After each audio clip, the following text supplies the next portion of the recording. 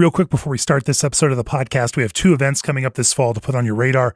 First up, September 22nd through 25th, it's our Brewery and Distillery Workshop, designed for breweries and distilleries and planning. It's a 4-day intensive with professionals that'll help you launch your new craft beverage business on the right foot. We've been running these events for many years now and have had the pleasure and privilege to connect with and help so many brewery operators as they launch breweries, acquire brewing businesses, and get a deeper grasp of what they don't know that they don't know. To learn more about the event, check out breweryworkshop.com. And then in October, we're bringing our Brewers Retreat to the East Coast, hosted by our friends at Dogfish Head in Delaware. If you've ever wanted to homebrew with brewing heroes like Sam Calgione and Vinny Cilurzo, this is your chance. And we're thrilled to have so many great brewers involved. Avery of Keeping Together, Henry from Monkish, Chris from Greenbench, Neil from Weldworks, Steve from Fidens, Jason from Allagash, and we've got a few more that we're going to announce soon. As of this recording, we have 9 tickets left. So get your tickets now before they're gone. The place to get those is brewersretreat.com.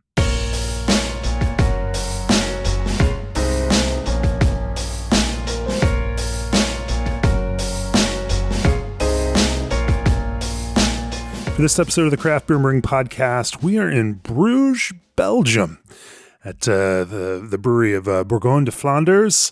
And joining me for this episode of the podcast is Thomas Vandelanotte. Welcome to the podcast, Thomas. Thank you very much, Jamie, for inviting me. Well, in a strange bit of timing, last week we had Jeremy Price from Price Brewing in Minnesota on the episode, and I believe he talked about you on that episode. And all of a sudden, we found ourselves in Belgium, and on Sunday at the Tour de Gueuze, we were coming through Timmermans, and of course, we were the group from Visit Flanders and touring, and you gave us a nice little tour of the Timmermans brewery and the Lambic brewing process. And we were able to arrange this podcast to follow up right on that podcast and a funny little cheeky timing, approach. But through the course of that tour, incredibly impressed with your scientific approach to understanding what's happening microbially within spontaneous fermentation and how these fermentations are developing, and the ways that you can move different levers to have those fermentations develop, spontaneous fermentations develop in ways that produce the flavors that you're hoping to achieve through that, and not just a haphazard way, but a very direct and focused way. And I can't wait to talk about some of the ways that you are actively taking this very traditional, old school spontaneous fermentation technology and applying modern scientific rigor to understanding it. But at the same time, you also here at Bourgogne de Flanders are making oude, and through the Waterloo Brewery also making non-sour beers. And so of course your brewing experience spans all of these things, and we'll see where this expansive approach to brewing different Belgian beer styles goes. Before we do that, at G&D Chillers, they always strive to build great chillers.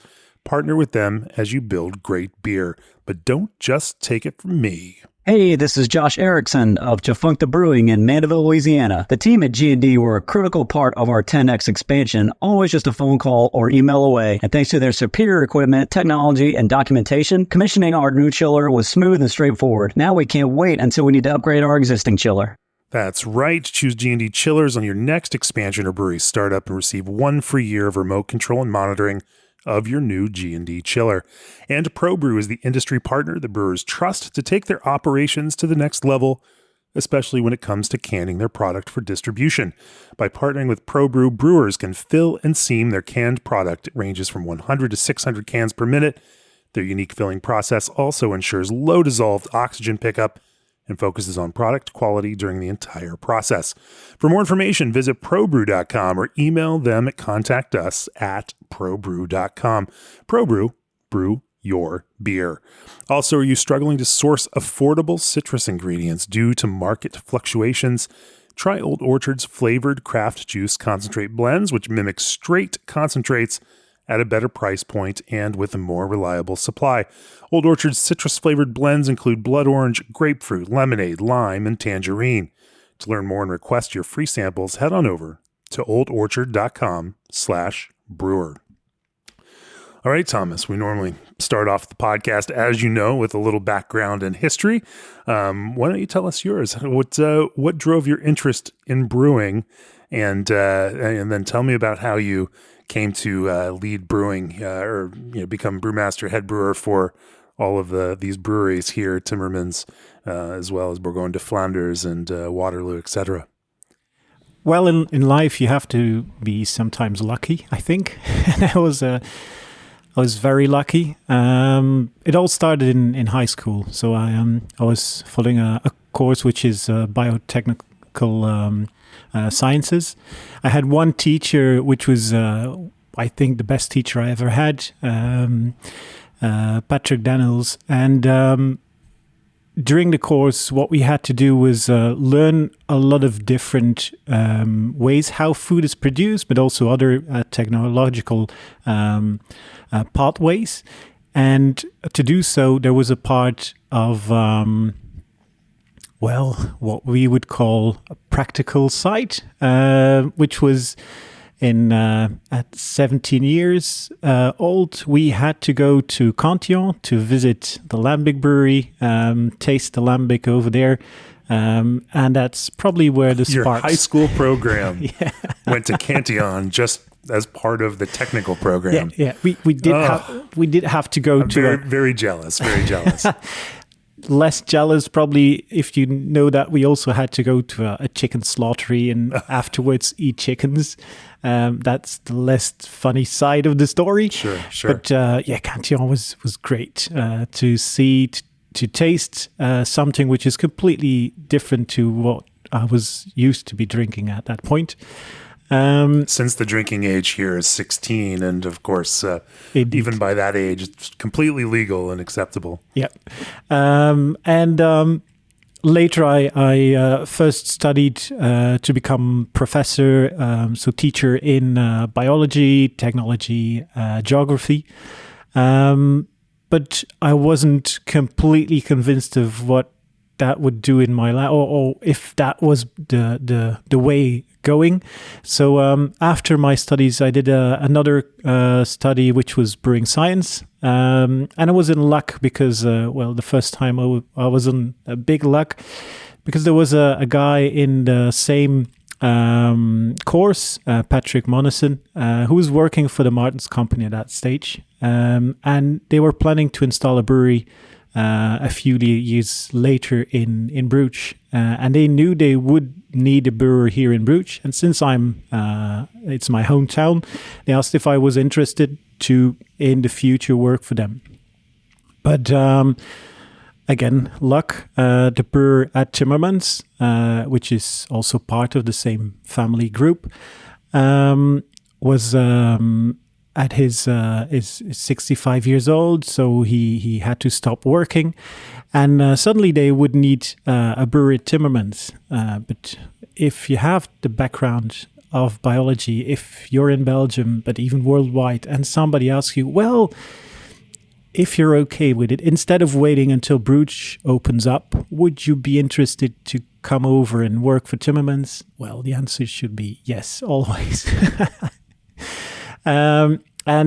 So I got to start brewing in Timmermans, but they were going through a large evolution. The Martins family group had taken over Timmermans, was investing a lot in getting back to its original production way, putting much more effort into get it scientifically more followed up. And one of the things they wanted is to get somebody on board that was also very knowledgeable about lambic producing and gueuze blending. So they brought on board Willem van Herwegen, who is the original founder of the Cam blendery. He's also the godfather of gueuze, right? Yeah. The Millennium Gueuze, for instance, that he worked on with Armand de Belder. He was taken on board not as a brewer, but as a specialist to get the production back to where they wanted to be. So I had the luck to be trained 3 years by Willem thoroughly at Timmermans. Again, too much luck, maybe. By the time Timmermans was well running, they were investing in this site in Bruges, but they were also investing in Waterloo Brewery down in the city Waterloo.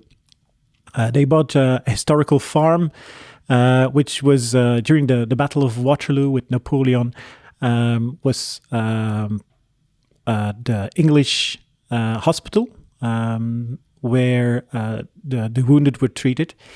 And at Waterloo, Waterloo was quicker finished as a brewery than Bruges. They asked, well, if you want, can you go for a year to Waterloo to start the brewery over there?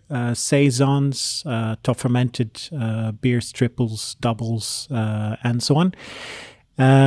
So I moved to Timmermans for a year, slept over there. In the weekends, came back to my wife. She was less lucky that year. That wasn't too much at home, or maybe more lucky because I'm less annoying at home. So I brewed during the week in Waterloo, and during the weekend back to Bruges. A few months later, Bruges was finished, so I could start the brewery in Bruges. But by that time, I've seen all different stages of the brewery group. I was able to learn a lot in a very short time. In Bruges, since I was a bit further away from the head offices, I was able to start from time to time little test beers, test brews. The company, Mr. Martin, Anthony Martin, the owner, was quickly triggered by what was happening, and he said, let's make this a project. Let's make this a playground for the brewers where you can produce new styles of beer every few months, and let's see if new stuff can come out. You can do any style you want. And that triggered me and Mr. Martin to have this as an R&D project. And since then, I'm also R&D specialist for the group. So all new beers within the group are each time developed by me. And that's really the story up until now. Yeah.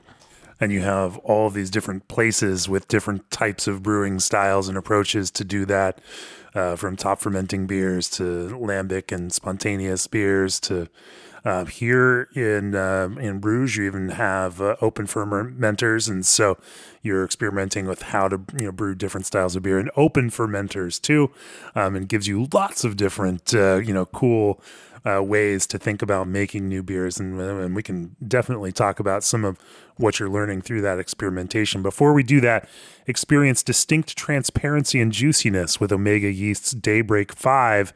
Using their Lumina technology, Omega genetically eliminated haze in the popular British 5 strain, allowing you to preserve the fruit-boosting prowess while achieving crystal clarity. Perfect for modern West Coast IPAs. Learn more at info@omegayeast.com. Also, ABS Commercial has been a full-service brewery outfitter for over 10 years. They're proud to offer brewhouses tanks, keg washers, and preventative maintenance parts to brewers across the country, as well as equipment for distilling, cider making, wine making, and more. They know the ins and outs of the brewing and installation process and can design the perfect setup for you, whether you're just starting out or looking to expand. Contact them today at sales@abs-commercial.com to discuss your customized brewery needs. ABS Commercial, we are brewers. Well, maybe we'll talk about lambic and gueuze first in the Timmermans context, because getting to study with Willem for years and try to learn the ins and outs of that process of spontaneous fermentation, but also how to guide that fermentation and understand what's happening in those beers as you ferment them, is certainly a beautiful learning experience. And one of the things you mentioned is that you all have done a lot of studies of what is actually happening at a microbial level with, in these spontaneous fermentations to understand what is doing what heavy lifting of that fermentation process and when, so that you can, again, pull different levers to find ways to guide that to more pleasing flavors. Talk to me a little bit about some of the findings that you all have made in helping to understand, the what is doing this fermentation, but and also when some of those things are active through this longer fermentation process. Well, correct. We did a study very early on what bacteria and what yeast can be found in our brewery. We did CSI-wise swapping the cool ship, the barrels, the whole building to know what is really inside the brewery, what is in our cool ship when the inoculation starts. And we quickly found that it's quite a complex production. It's 118 different yeasts that are working together. Not all 118 will be active. Some will be only active for the first 24 hours and then disappear completely. And that's excluding the bacteria. So there's a whole range of bacteria as well that we didn't further control or checked according their DNA. But that was a very interesting study because this learned us a lot. For instance, we took a lot of those yeast cells, took them we started with giant colonies and then started selecting the different yeast cells, growing them on different cultures, and then added them to fresh wort, to Lambic wort, to see what their function was in the beer. Some were very phenolic, others were very fruity, others had a grow path which was very slow. So this learned us a lot on the whole development from Lambic, coming from wort to a young Lambic to an old Lambic. At the same time, with the knowledge of Willem, for instance, added to that, we were able to analyze well our production methods. And I think it's important, first of all, to not talk about Lambic as a wonder of nature, but it's really something which can be completely scientifically followed up. There's a lot of stuff that we still don't know for sure, but the product, the process itself, if we know what is inside, what happens, we can control the Lambic better during its aging. It all starts with the production of wort, of course. Lambic starts with at least 35% unmalted wheat, malted barley. We have the sliming method that you saw in Timmermans, where we take off the wort, which is, or the turbot mashing. Right. So during the mashing, where we have our unmalted wheat, 35%, and malted barley, we do a turbot mashing process. This to ensure that we can take off partly incomplete sacrificed sugars to our boiling kettle and stop the enzymes working. This all to create a wort at the end, which is harder to ferment. Because if we analyze the different yeast cells in our Lambic, we'll see, for instance, Saccharomyces varieties. We'll see Pasteurianus. We'll see Cerevisia. We'll see Baianus. But we'll see also alternative yeast varieties like Pichia, Clocara, Zygosaccharomyces. And then you have the Brettanomyces varieties, which will come later into play. But those first two groups, they're important because they are glucose, maltose, maltotriose lovers. They'll be eating the short sugars and quickly starting the process. While the Brettanomyces, I always look into them as talking about tigers and wolves. It will sound very strange, but we've trained all along the history of men yeast to become something that we can control. Like a cat and a dog, we learn them to sit down, to listen. Cat is a little bit less great as a friend than dogs. They'll sometimes put their nails out and scratch. And that's what I compare to bottom fermentation. Because those yeast, well, you have to give them the right temperature, the right environment. If not, you'll have sulfur problems and other problems. While the dogs, they're the top fermenters. They're easier to work with. But the lions and the tigers and the wolves in nature, those are the Brettanomyces. They're a bit harder. They're used to living in very harsh environments. Give them a low temperature, give them stress, and they're changing in form to a Dechera. They'll form coccus and survive in a very harsh environment. But give them food and they'll thrive. But they're also thriving on larger food groups, where a cat and a dog needs to eat the little flaked stuff you buy in the shop. The tigers will attack a cow and eat it as well. So that in mind helps to give an idea how lambic should be produced. You need to have the cows in there and not just the dog and cat food. You have to create a ward. Big game for them to go hunting after. Sure. And it might take longer to stalk that big prey and go take it down. Sure. That's really a good way to look into lambic, basically, because you're making a wort which is very hard to ferment. There will be glucose and maltose and maltotriose, but let the cats and the dogs attack it. They'll be there as well. They need to be there for a reason. But you have to have those larger sugars, those complex sugars for the breads to thrive. Once in the cool ship, we notice a very quick, vigorous fermentation, and that's those Picha, Clocara, Saccharomyces varieties that we have. Once in the barrels, we can see an uptake of sugar by those yeast cells. We see a drop in attenuation in alcohol. We'll see a raise in alcohol and a drop in SG.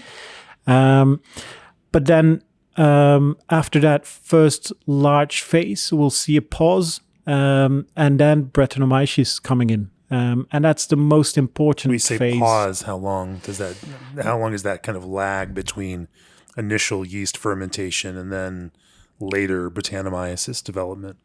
It really depends. Sure. In our brewery, it will be completely different than other lambic breweries because they all have their own culture in a way. What we notice is a very quick first fermentation and then see a lag of a few weeks before we can see Brettanomyces growing, multiplying, and starting to ferment. The real first second drop of SG or gravity will be a few months into the fermentation. We'll notice that in between there was an acidification phase by lactic producing bacteria. And after that, we can see the Brettanomyces doing their stuff. Once the Brettanomyces is going through the phase, again, a lot of flavors change. It's what we saw at Timmermans when we did the tasting. We went through different foeders together. We saw tasted a barrel of a few months, 2.5 months, if I don't mistake. And after 6 months, a complete different flavor was found. Typical for all lambics is the very fruity start. Very fruity start with broad kind of tropical flavors, almost passion fruit and guava and soft stone fruit, and kind of remarkably fruity. Yeah. In such a fun and interesting way, but also soft and less defined. Without some of that, slightly more, maybe phenolic isn't exactly the right term, but a little bit of phenolic, which also helps to, tighten. And also those are sweeter. There is still lots of unfermented, longer chain sugars at that point that you could tell they are just, soft and waiting to be worked on. But it's maybe slightly out of focus, even though it's soft and fruity. Yeah, it's really strange that complex pattern of Lambic. It almost starts like a New England IPA. That's true. It's true. Then it completely changes over the course of months. If you just force carbonated it at that point, I mean, pasteurized forced carbonate, you could have spontaneous New England style IPA. Maybe a new style we can start. Just dry hop it. Just start dry hopping it after that. Oh, you're onto something here. There's another experiment to try. Yeah, I think that's already on our to-do list by now. Really? Okay. But indeed, it's really strange how things evolve. But again, it's something which you can completely scientifically approach. We know that Brettanomyces is capable of reducing esters. They need to do so they can produce other flavors as well. And that study that we did with those different selections is one of the points where we learned a lot from that process. And I think the next couple of years we'll keep on investing in those studies. We noticed that we are more knowledgeable now than we ever were at Timmermans on how to produce our lambics. And I think it's something which would be interesting for all breweries working on spontaneous fermentation, but also on top fermentation and other styles. If I compare it to our brewery here in Bruges, our brown ale that we use for our Bourgogne Flandre is something as well where we did a lot of studies about. And from the start, we decided to add open fermenters to brew our beer because, again, we noticed that if we use our open fermenters compared to the German Weizen beers as well, we'll have much more fruity esters in our beer. That will again evolve in a way positive for our Bourgogne Flandre once lambic is added to make the blend. And while doing that, we also learned a lot on the open fermentation methods. We now harvest our yeast top crop.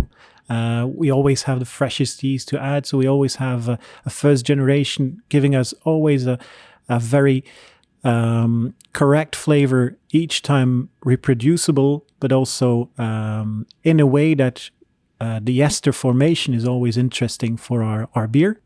Open fermentation has that effect because of the lower size of the tanks and also the CO2 that can take out or get out of the tank and create less stress to our CO2 or to our yeast. And something which can be added to that is that we installed a whiskey distillery here in Bruges as well. And because of the knowledge of that brown ale and with the lambic, from the start, what we did was instead of brewing and fermenting in regular methods and doing the normal way of distilling, we are also using our open fermenters for the wash for our distillation for our whiskey. So we try to implement all the knowledge we have and bring it into other aspects of the brewery and the distillery. And I think that's the way forward for all breweries. Sure. Well, I wonder, how do you in that kind of, now in the Timmermans lambic realm, understanding that these soft and fruity esters are so key, but also that a lot of that depends on the culture that is just resident in the brewery, and that also after that initial coolship inoculation, they are going generally into barrels where where that environment needs to continue. Those barrels are not necessarily temperature controlled per se. There's some natural variation. Obviously, there's a seasonal component to when you choose to brew in order to, again, get some of that best potential for this kind of ester forward, wort that you need to then, I guess wort's a good enough term for it. So how has understanding this changed some of the parameters that you brew within, whether that's the type of unmalted wheat or the type of barley that you may brew with? Are there some other inputs that you may have considered more in order to to generate these esters or optimize for the esters that are produced through your spontaneous fermentation? There's a lot of factors that come into play to produce a lambic. One of the most known ones is, of course, that we use aged hops instead of normal hops. This will bring in oxidized alpha acids, but also oxidized beta acids, which will be more soluble in our wort. This will also create a bitterness which is more mellow compared to the isomerized alpha acids. And this will also add some flavor components from the start. Isovalerian, for instance, will be added due to the aged hops. But this is important because those aged hops, we need a little bit of protection against lactobacillus or pediococcus to grow in. Slow down. Yeah. Slow them down a little bit. Slow them down, but it's way below the normal IBUs of a regular beer. So there's always bound to be growth of those bacteria. But you need some of them as well.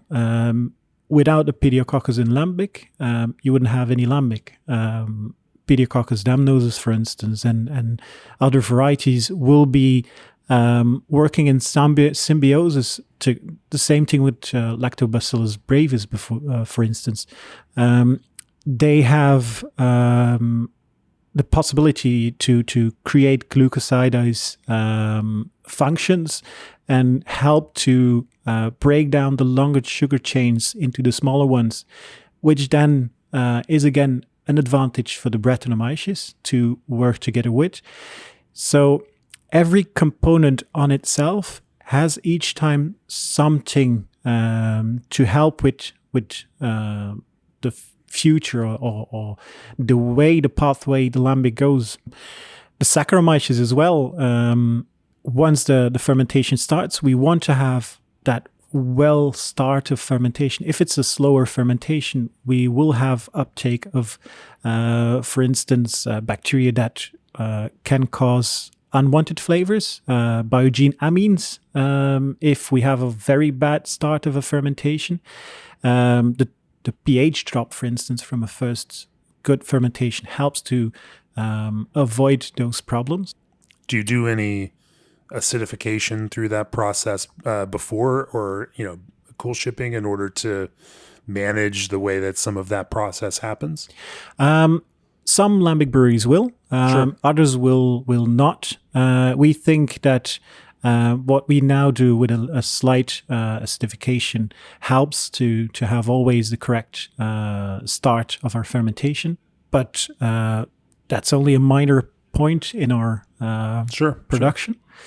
And historically, some lambic producers would just pour existing lambic into that cool ship to do their acid adjustment in that kind of way. Yeah.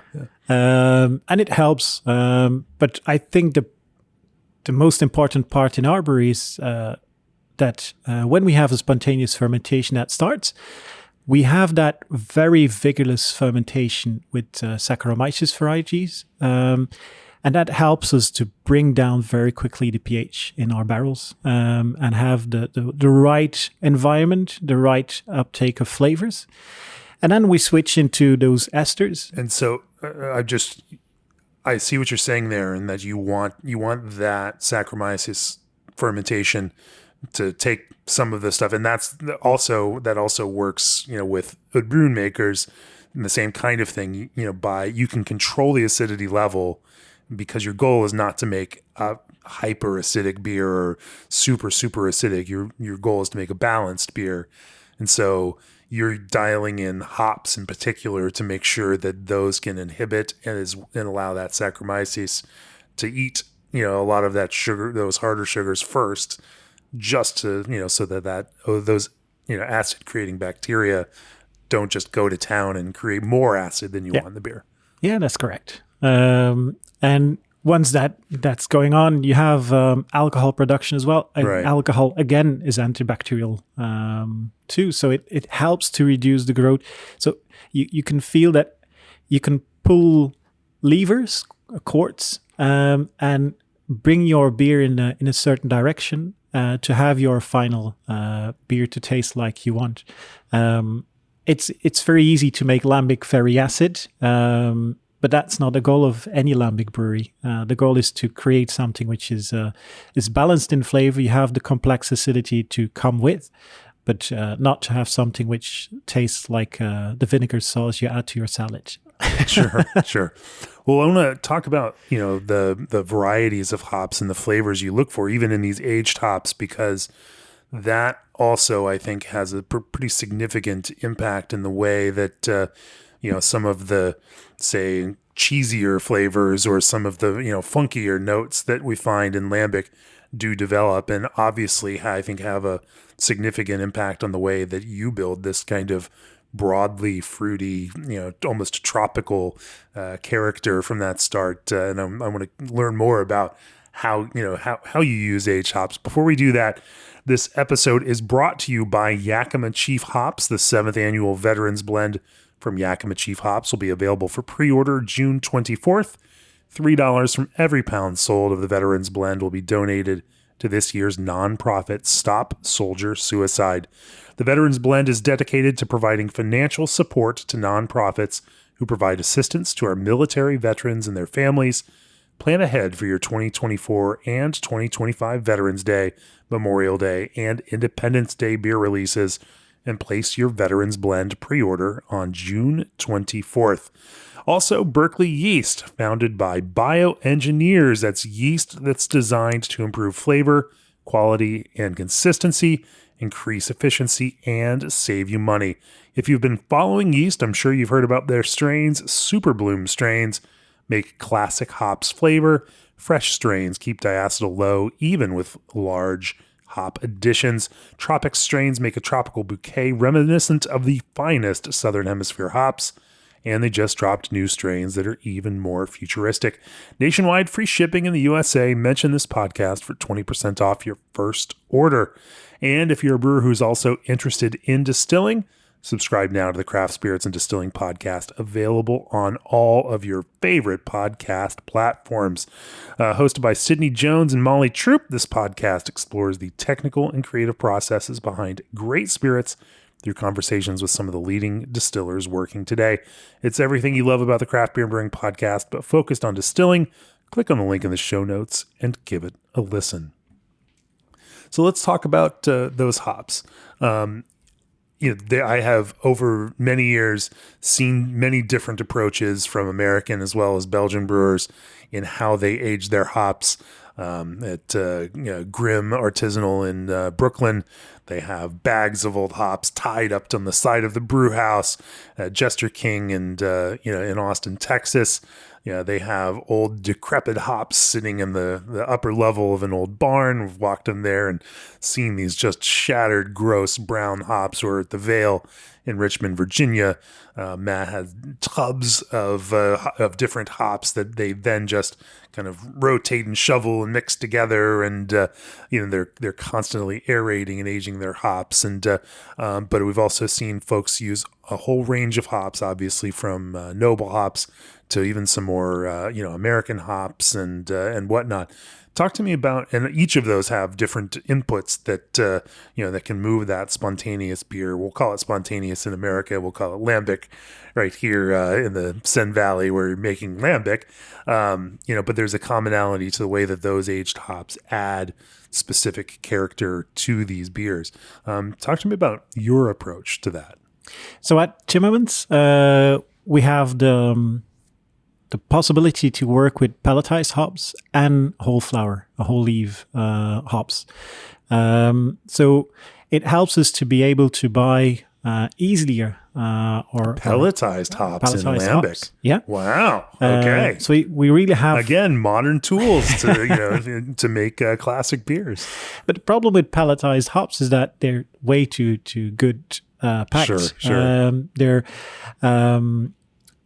they're packed in bags which are airtight, filled up with nitrogen. So if you take a bag and you buy it now, but it's been 3 years old, well, the hops, they are not aged at all. So you could call it aged hops, but it's not oxidized hops. So to avoid that, what we have is a stainless steel crate, perforated crate, where we can add our hops to. Air can enter the hops through all ways, up, down, left, right, whatever, because all sides are perforated, to have a well oxidized hop at the end, because it's often difficult to find the hop that we want with its specific specifications. So we go in search of hops that we know that will give us enough beta acids, enough alpha acids, and a balance which is correct to have the perfect specifications. And then depending on what we were able to buy, we'll oxidize them more or use them as is. We buy hops between 2 years old and 5 to 6 years old. But it's important not to over-oxidize as well. I've seen hops that look like our paper and cardboard waste, brown paper. It doesn't taste well. It doesn't smell well anymore. Lambic is not the bin of the hop industry.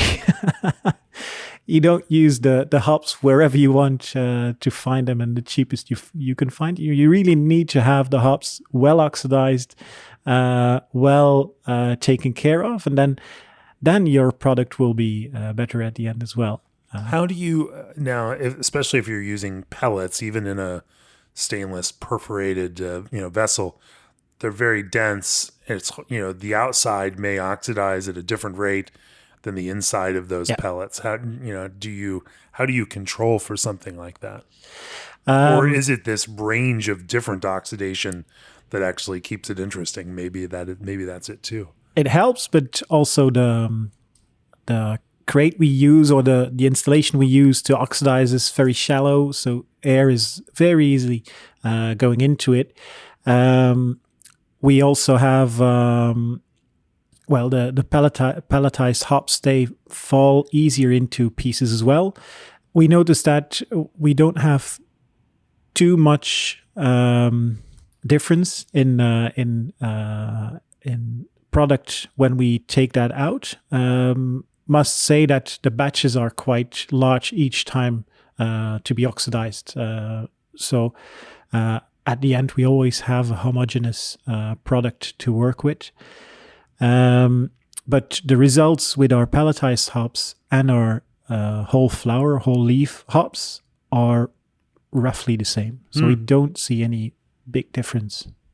That's interesting. And then how long is your typical oxidation process then for any given hops? You're buying them at 2 to 5 years old, but even a 2 to 5 year old hop that's again been stored in nitrogen sealed and no oxygen. I mean, has a decent hop stability index. It's you need to continue to age it from there to get that truly aged character. How long does that process happen in the brewery? It really depends. Okay. So, are you actually testing the levels of alpha acids or the? Well, prior to doing the oxidization, yeah.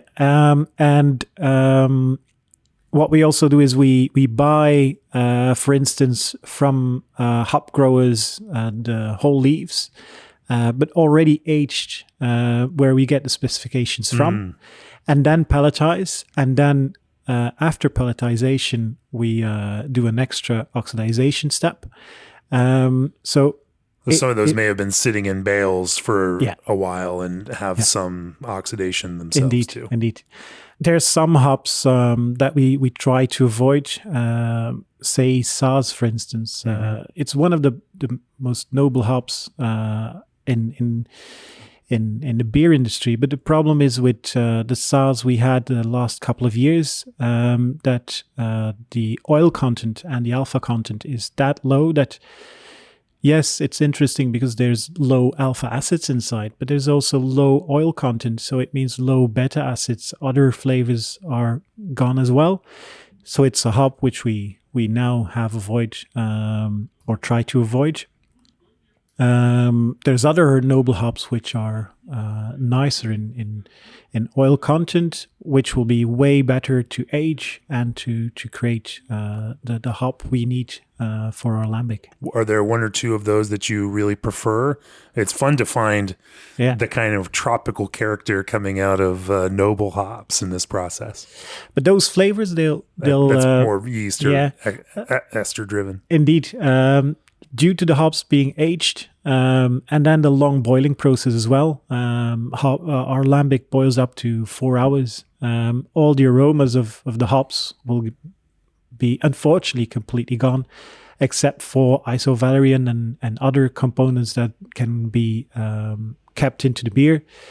But the nice flavors from the noble hops, they'll be disappeared. But there are varieties in noble hops that are better than others. I think of a Teddnanger, for instance, or a Pearl is very interesting as well. In terms of the balance in oils in lupulin that the hops have. But we also have bought Cascade and American hops in the past to work with. So it's interesting to work with different varieties and see what happens. And we've seen results with great hops that you would use for normal beers as well. That's very cool. So then let's walk back into this process now. As you said, at 2 months we have this very soft, tropical, fruity, wheaty kind of developing beer. And then, at 6 months, now you've started to see much more significant Brettanomyces activity. And, the beer then really starts undergoing some significant change. Yeah, so at the first fermentation, with those Saccharomyces varieties, they bring in a lot of aromas, but Brettanomyces will completely reduce those. Not only the fruit esters, but also typical for the wild yeast we have is the phenolic flavors. Again, Saccharomyces will bring in those 4VG, vinyl guaiacol flavors, and then Brettanomyces is capable of reducing that into ethyl guaiacol or other flavor components that he can reduce. And it's a very complex pathway, but in the end, it's needed to have that beer at the end, having that typical beer flavor. We always talk about lambic being horse stable, hay-like, a bit medicinal or a bit smoky.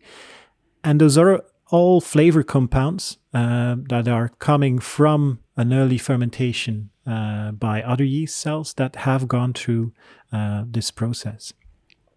When we did the selection of the yeast and tested them on different worts, we really noticed all those flavor components separately.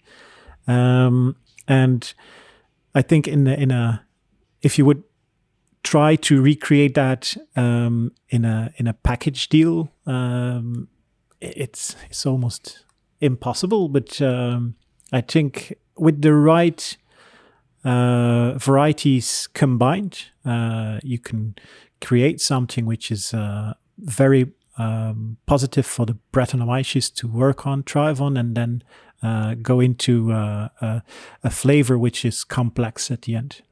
That's an interesting idea, that if you were to try to maintain a culture with that many yeasts and that many bacteria, it's almost certain that it would not stay stable No. and not, that it would through that natural selection process, things would win and other things would lose, and it would become something else pretty quickly. And so it's interesting that they almost have to just live in the environment on their own and all then jump in, to this spontaneous fermentation and then get in there. And that's the thing and it's in fact the environment that kind of keeps them in the kind of stasis and balance that they need before they start jumping into that.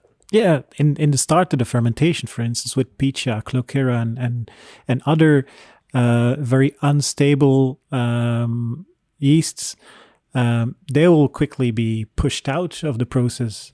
Some will be bound to stop because of killer factors of the Saccharomyces varieties. So if you would just take one sample in a Lambic brewery, you'll have a view on a moment in history, but 1 or 10 hours later, history will have completely changed because some will be completely gone and others will be in cell count much higher. So that's interesting as well. Sure. So then in that sense, what you do are your approach to barrels is to start with clean barrels each time so that you are, again, starting from that kind of blank slate rather than taking this culture forward that may have existed at some point in the past but now become its own thing. Yeah. So all of the wort that is produced in Timmermans always goes 100% on our cool ship and then goes into our barrels. And the barrels are each time cleaned in between batches. It's pressurized cleaning. So we start from a clean sheet and we hope that it starts Hot again. water or steam? Steam. Yeah. Okay. But you have to know that it's well known that Brettanomyces is also capable of surviving on cellulose on 1,6 bonds of glucose. So you can clean as much as you can. It's at the end a tiger which is living in nature, and it survives. So if we notice that barrels have been always creating a very interesting flavor, we know that just by cleaning them, adding in fresh wort, it will again go into the same direction, where barrels that have gone off in flavor are quicker to be demolished and thrown away, because it can be from the wort, but at the same time it can be in the wood as well. So if it that cleaning process will kill yeast and it'll kill lactobacillus, but that Brettanomyces is going to stay hidden in there. And if it goes in a bad way, then there's really just no saving it in the future. No. Yeah, that's cool. Well, same thing with TCA. If you have a fungus creating a TCA in a barrel, it's something which you can't get out of barrels as well. Once that fungus infection is there, you can quickly smell it, and then your best guess is to empty the beer. Don't use those lines anymore, but just throw it away, burn the barrel, and buy a new one. For sure. So then, let's then talk about the blending process. You've now for you have large foeder tanks. You also have smaller barrels. You intentionally are putting fermenting wort into a number of different kinds of shapes, sizes, environments, even wood types for that matter, in order to create a stock of different expressions that then can come back and be used in a bunch of different ways. Some of those will become gueuze. Some of those will find their way into fruited lambics that you make, or special expressions that you experiment with. Talk to me about your evaluation process, and then how you think about going back into what you've built there in the cellar to then build a blend. I think for the blending, I first have to do and throw some kudos at our team in Timmermans, but because the brewers team, the lab team, the whole production team is doing an artwork at that point. Producing wort is easy in a brew house. Fermentation is well followed up. We check on our barrels very regularly. Every 4 weeks, every barrel is tested. But the real art is to create a blend which is for the consumer, the one they think this is Timmermans, this is what we are used to. And from our side, this is the flavor we want to go to. And to get to that point, we have at Timmermans a very wide range of possibilities. We have our foeders, 45 hectoliter foeders. We have our barrels of 650 liters, or pipes. And then we have our barriques, which are 2 to 225 liters. If you want to add oakiness to it, we'll be using our 200 and 225 liters. If we want to have a large base, which is correct in flavor, we'll mainly use our foeders because we know on our foeders we have a more constant result.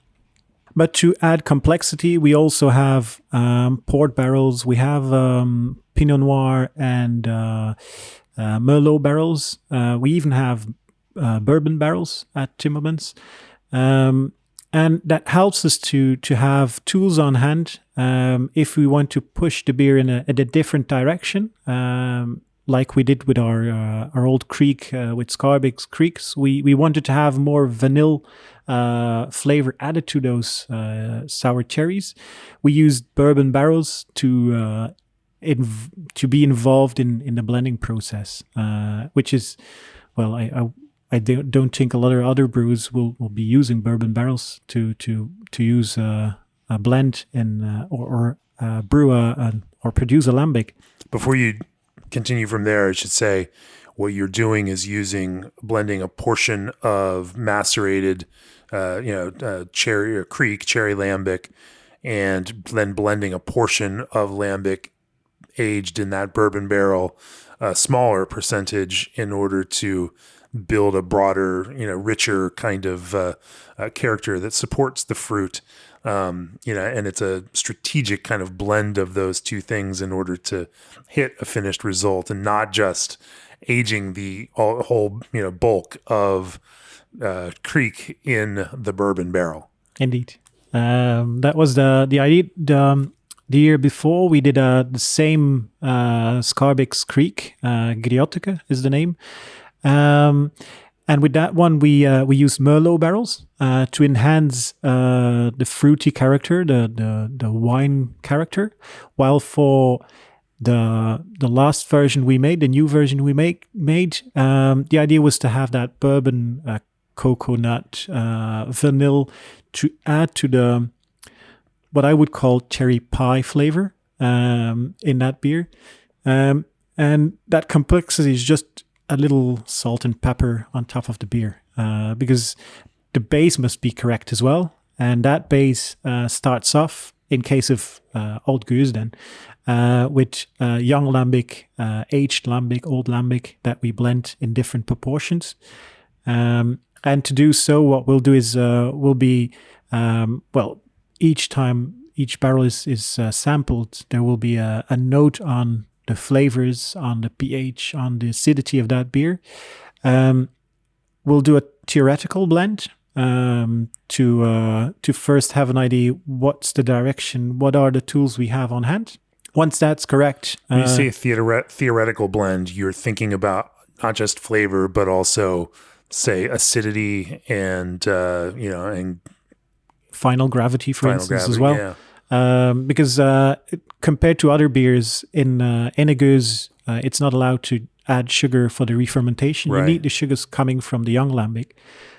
So that's why we also do the analysis on the young beer as well, to be sure that we have enough sugars for the Brettanomyces and other wild yeast to start the re-fermentation in the bottle.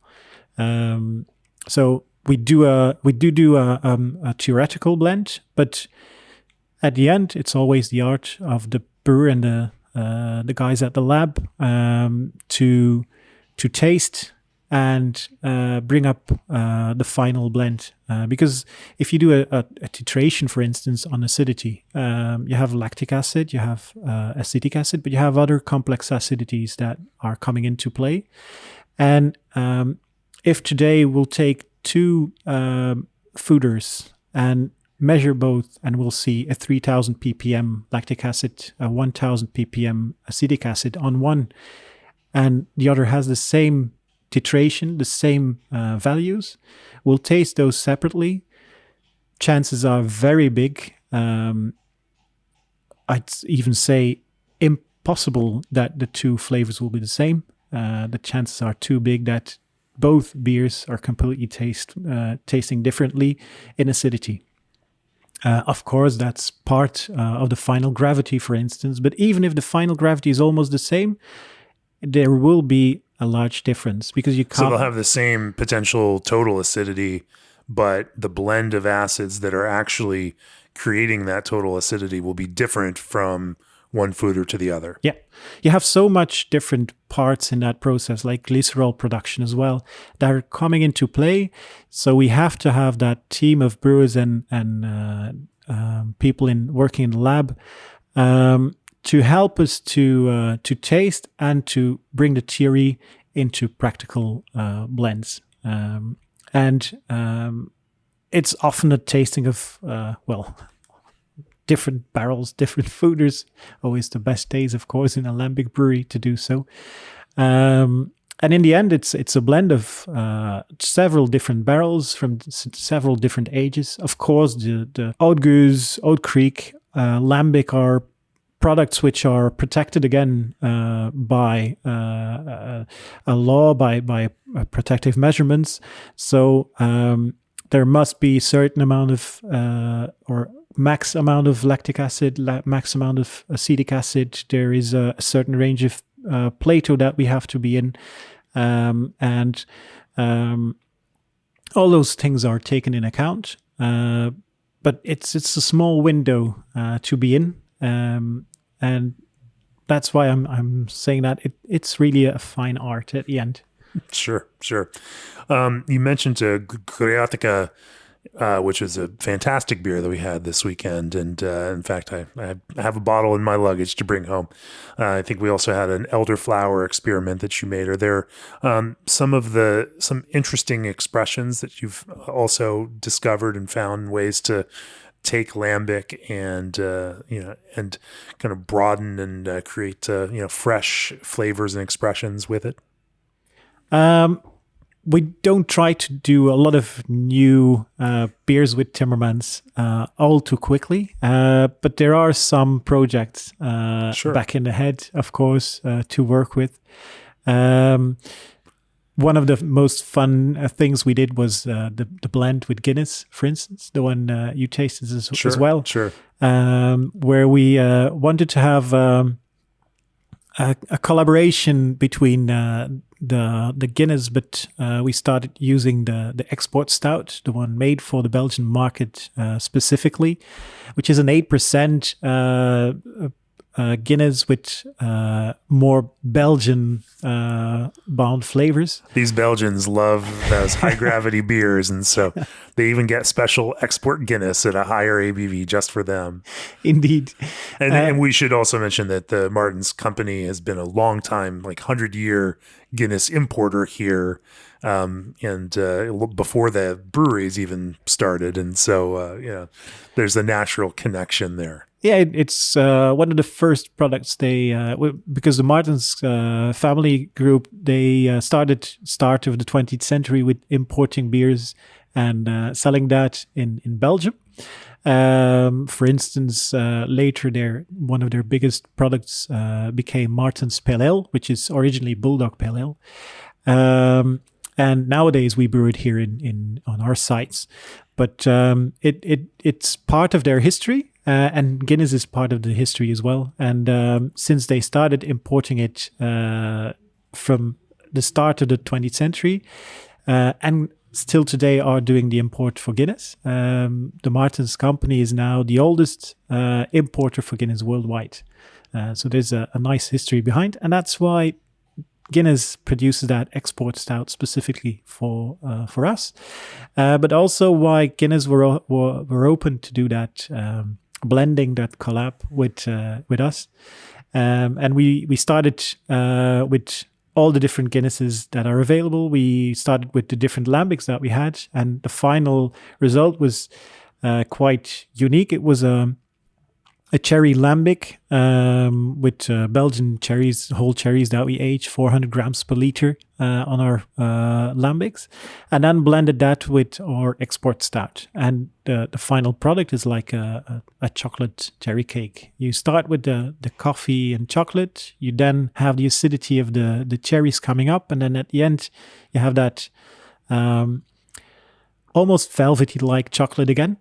And those are the stuff we want to play with. Same thing with the elderflower lambic we produced, or with the griotte. We always search for balanced products and fun things that we can do with lambic without losing the spirit behind lambic, that product on its own. Sure. Well, I want to switch gears and talk about open fermentation, but I just have this one last question about, since we were talking about acidity and the balance and the delicateness of acidity.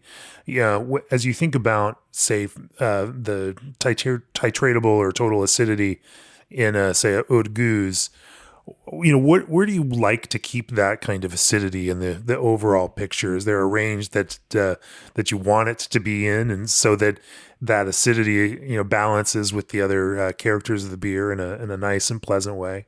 Yeah, that 3-to-1 lactic against acidic. That's an aim, which is a goal, but we always try to be below that. You do want in a lambic a little bit of acetic acid, because like in an old brew, it helps you to give that fruitiness. And without that little factor of acetaldehyde and acetic acid, the lambic wouldn't be that complex in flavor as well. But lactic acid is more mellow, is more round. Typical for our Timmermans is that little touch of citrus, lemon-like flavor, which is also coming from our pediococcus and our lactobacillus. And that's a little nudge we need in our Timmermans oude gueuze to have it the way we want it. See it as our trademark in our oude gueuze, and that's the balance we try to aim for. Like the citric flavor slightly in front, then the lactic acid, and then whole at the back, an acidic touch, but that it doesn't burn you in the throat. Sure. And then, in terms of like, say, grams per liter, is there a total acid level that you like for, say oude gueuze to be at versus something like a Flanders or a oude bruin? Because that oude bruin definitely is going to have a larger acidic component and potentially even a larger titratable acidity level in total because of more of that residual sweetness. That acid to the gravity ratio works. That's this defining factor here. But all of your Brett and your lambic and gueuze is going to dry that out much more. Yeah. The problem is to put a number on it. That's difficult because every blend will be different. A little different. And in the end, the lambics that we start off with, or when we're doing a blend in old brewing as well, will be completely different. So I think it's very hard to put a number on it because it will each time be different. Be a little bit different. Yeah. Sure. That's totally fair. Well, let's talk about open fermentation here in the Bourgogne de Flanders, brewery here. As we said at the top, you also have been experimenting here and engaging in brewing as an R&D process, lots of different beer styles, and have these nice open fermenter squares in their own dedicated room, totally visible on the tour. It's a nice little tour to see the brewery here in Bruges. Talk to me about some of the experiments that you've been doing there, again, to explore what's possible with ester production as well as yeast management in that no head pressure environment. So we started using our open fermenters because of the fruity esters we want. If we're doing the blend for Bourgogne Flandre, if you're tasting a Bourgogne Flandre, you'll have the impression drinking something which has cherries in there, apples, strawberries, red fruit. But in the end, there's absolutely no fruit added to that beer. But it's the most common mistake that people have when they taste for the first time our beer here in the bar. Those fruity flavors, they are coming from two origins. There's the Lambic, and we specifically choose a young Lambic, having a little more lemon-like flavors, adding a bit of apple, green apple, red apple to that beer in taste. But the brown ale must have a lot of residual sugars to balance out the acidity of the young Lambic, but must have a lot of esters to come into play. And one of the key esters is isoamyl acetate, which is, due to an open fermentation, way higher than, say, in a closed fermentation tank. If we do a test here, we brew the two beers separately with the same conditions, temperature, pressure, and so on and so on. We'll notice that the flavor of our yeast cell is completely different. Our yeast, our house yeast that we use, is a POF +1. And in our open fermentation vessels, that POF polyphenolic off flavor or 4VG flavor will come less into play due to that balancing of isoamyl acetate coming through. While in the closed fermentation tank, it's in the opposite way. We'll notice more that cloviness than the fruitiness. And it's the fruitiness that we want at the end in our beer. It's all due to that shallow tank, low CO2, vigorous start of fermentation again compared to Lambic as well, because we're able to take our yeast from our first fermentation, and we can repitch it at a very healthy stage, at a very good stage of multiplying and starting the fermentation. You have a vigorous start of CO2 production, which creates a layer of CO2 above the tank, which also protects the tank, because often people think that we are doing open spontaneous fermentation if they see our glass windowed rooms with open fermentations inside.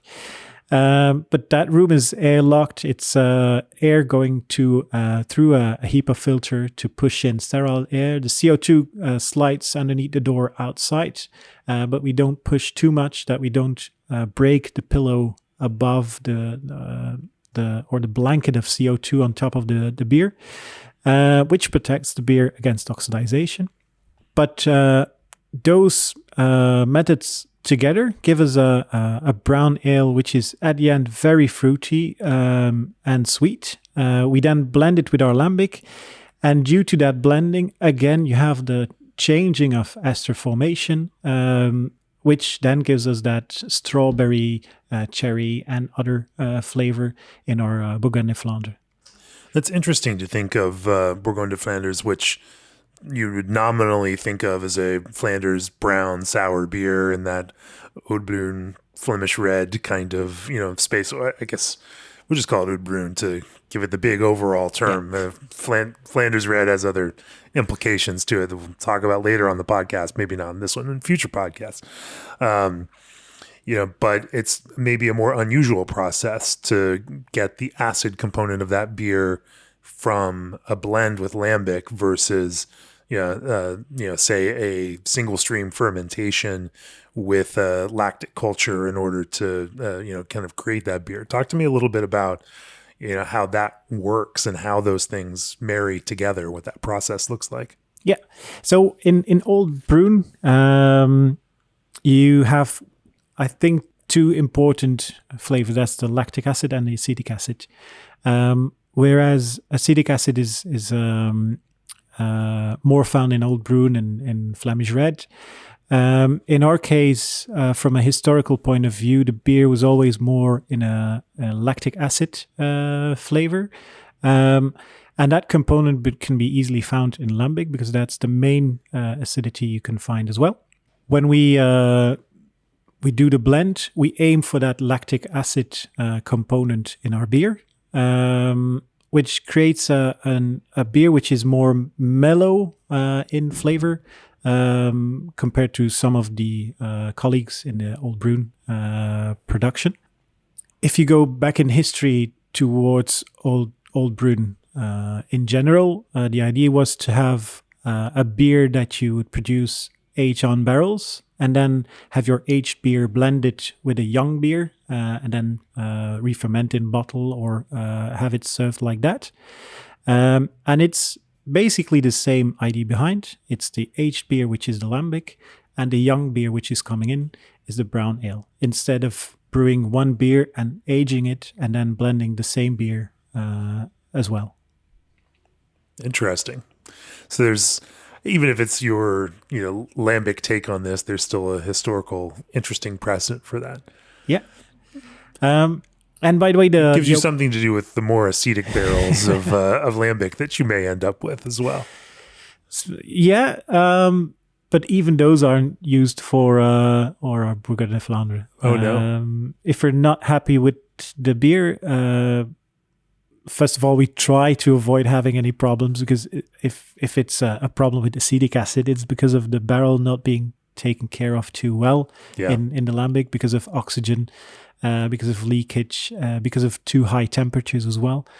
So we try to avoid, but in worst case, the barrel will be emptied out and also destroyed if necessary, because also that's something which can stay in your barrel. Acetic acid or acidobacters will be less easy to get rid of than your Saccharomyces varieties. Sure. With the brown beer component in an open fermenter for Bourgogne de Flanders, how does that primary? Is there you're pitching a yeast there, with that stated goal of a lot of ester production, a lot of fruity ester production. Is there specific yeast and approach that you find makes that very expressive like that? Or is this something proprietary that I can't know? Well, our house yeast has specific flavor components that we can easily find in let's say Trappist yeast as well. Right. But there is, however, the mashing scheme, which is adapted for this beer to have that complex sugars to keep inside the beer. And then temperatures are important as well. Pressure are important. I always, on a side note, look to yeast as when you're changing your bed, you're taking your drapery or what's it called, and you throw it up, and it builds like a little mountain with four corners going downwards. And if you have that in mind now, think of it as yeast and its profile. You have corners where you have your influence on your yeast, and you have the peak of your drapery, and that's the point you want, or that's the highest point available of that yeast. What is important in yeast is cell count. If you underpitch, it will stress out. If you overpitch, it will create other flavors. So that's one bottom point. If you give it higher temperatures or lower temperatures, again, lower temperatures will reduce in some cases the flavor components. If you go up in temperature, you'll have more esters. If you go too high, again, your attenuation will be bound to be different, and you will have different flavor components as well. And there's more specific points where each yeast has places to pull on. And that's the same thing with our yeast. We want to have a certain temperature, a certain cell count each time to have that flavor component. The low pressure is one other chord that we can pull on, which is the lower CO2 helping us to, and the lower pressure helping us to create more of those ester flavors. In a closed fermentation, we can try to mimic that by giving it a bit higher temperature, by doing a less high cell count with our same yeast.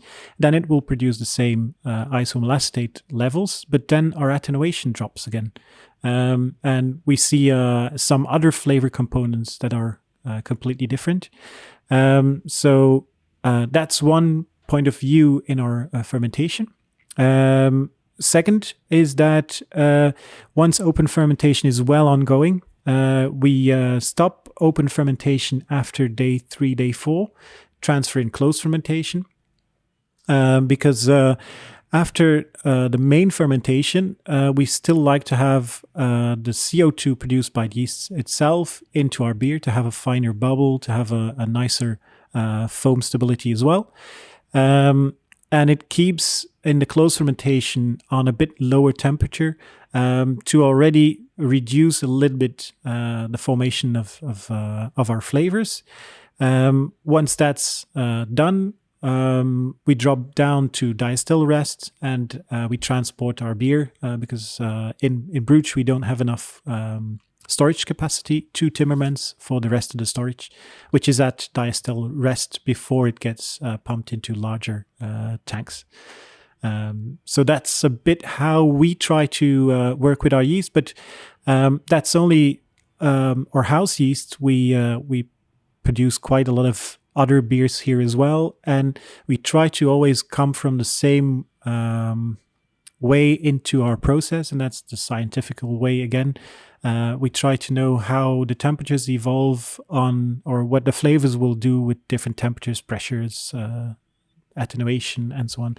So there's always a lot of stuff that can be interesting to work with. Sure. Well, I wish we had more time to talk about all of those things, because it seems like there's lots of rabbit holes that we could go chase down through this. But we've been talking for a while here, so maybe let's pull out. You've been working through Timmermans and Bourgogne de Flanders and Waterloo and all of these brands for Martin's company. You are now focusing on R&D as well, here in the Bourgogne de Flanders and Bruges.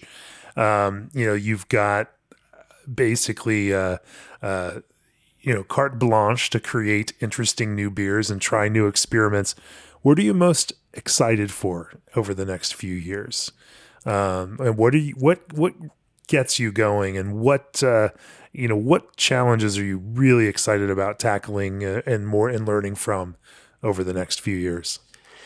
Well, in Bruges we've done a lot of crazy stuff. Sometimes crazy is all relatively speaking. Crazy in a Belgian context. Well, yes and no. Okay. One of the most crazy stuff I've done in Bruges here was in wintertime we have a pine tree, our Christmas tree in the center court with lights and whatever. Nice times, but after Christmas, everybody dumps his Christmas tree.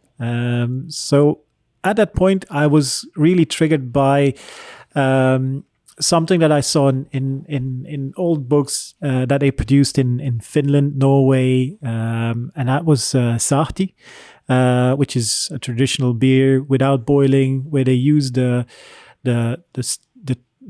stem of the pine tree. They hollow it out. They let juniper berries and branches of juniper berries inside that stem or trunk, and then let the mash flow on top of that to filter out and to create a wort which is very protein rich.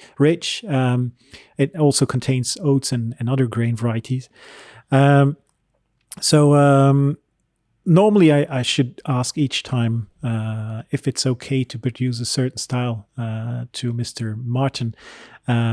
So he knows what's happening in the brewery, but this time I literally forgot to tell him. So what I did was I took a chainsaw, I cut down the tree, hollowed out the stem, put it into the boiling kettle in horizontal way, but made a V-shape form inside, so that I could connect my lines onto that stem. Then I mashed in raw with juniper berries. The spruces and the tips of the pine tree were used in the filter as a filter bed. The mash was put on the mash tank, filtered out, and that filtered water was then pushed through the pump into the stem to flow into the boiling kettle. Sahti isn't boiled, so it's a raw ale.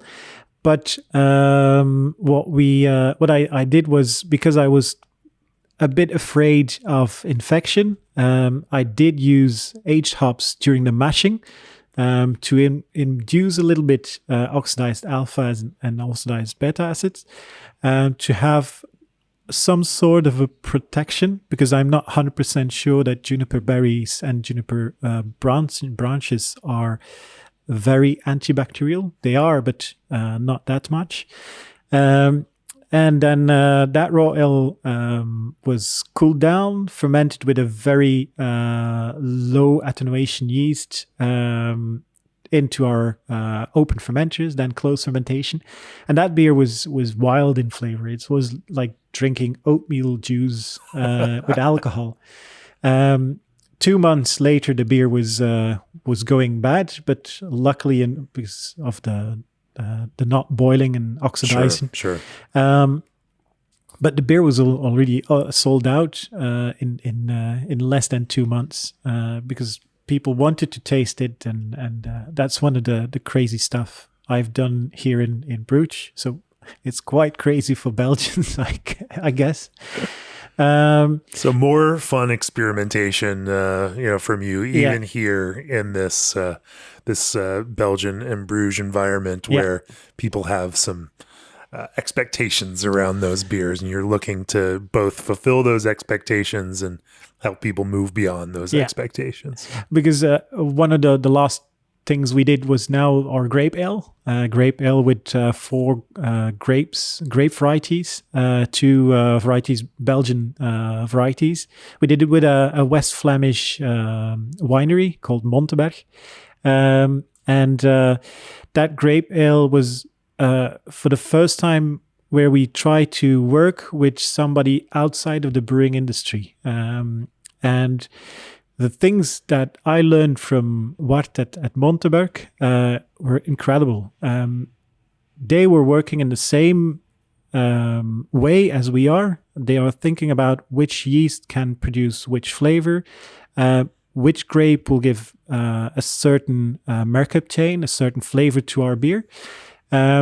So before making the blend of grapes with our wort and to co-ferment, I was there to taste different wines and different grapes. There's worse days in the world than that. Sure. And then I noticed some flavors like elderflower or peach, apricot, a whole range of flowers on their different grapes. And specifically that year, 2022, there was a very long, hot summer, Indian summer.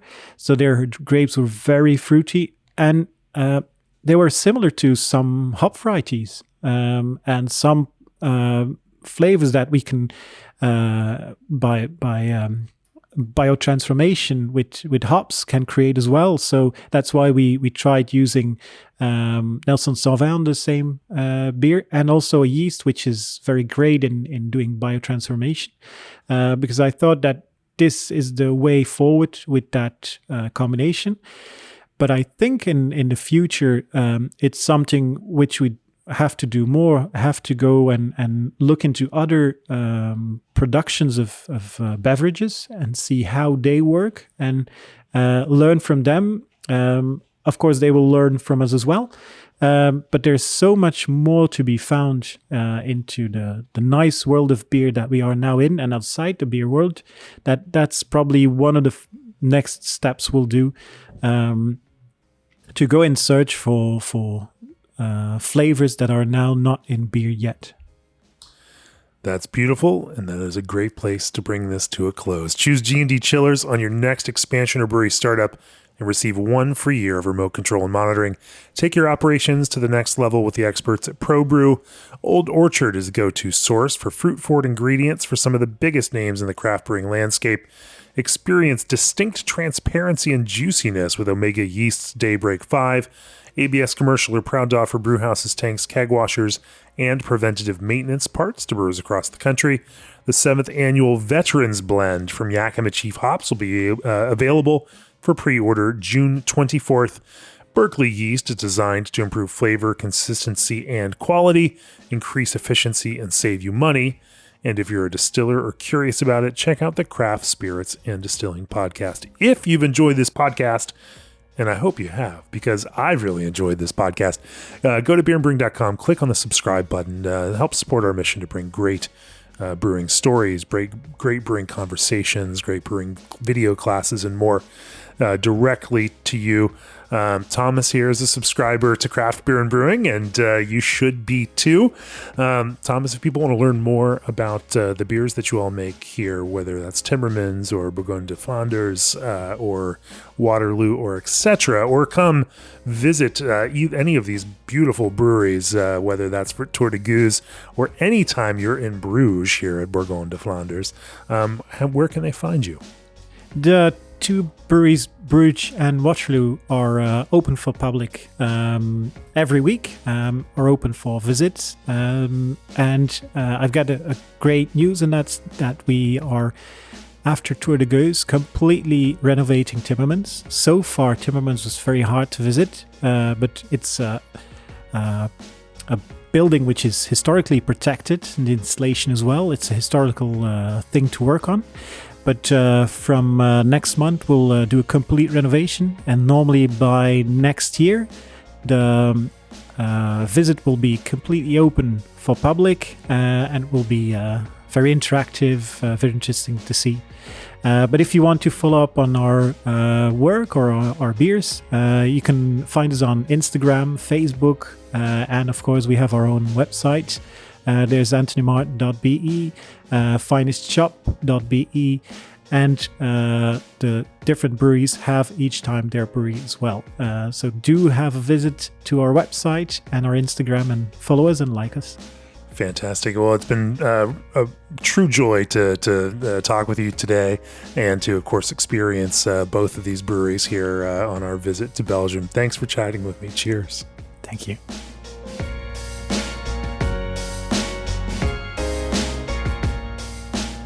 This podcast has been brought to you by Craft Beer and Brewing Magazine for those who love to make and drink great beer.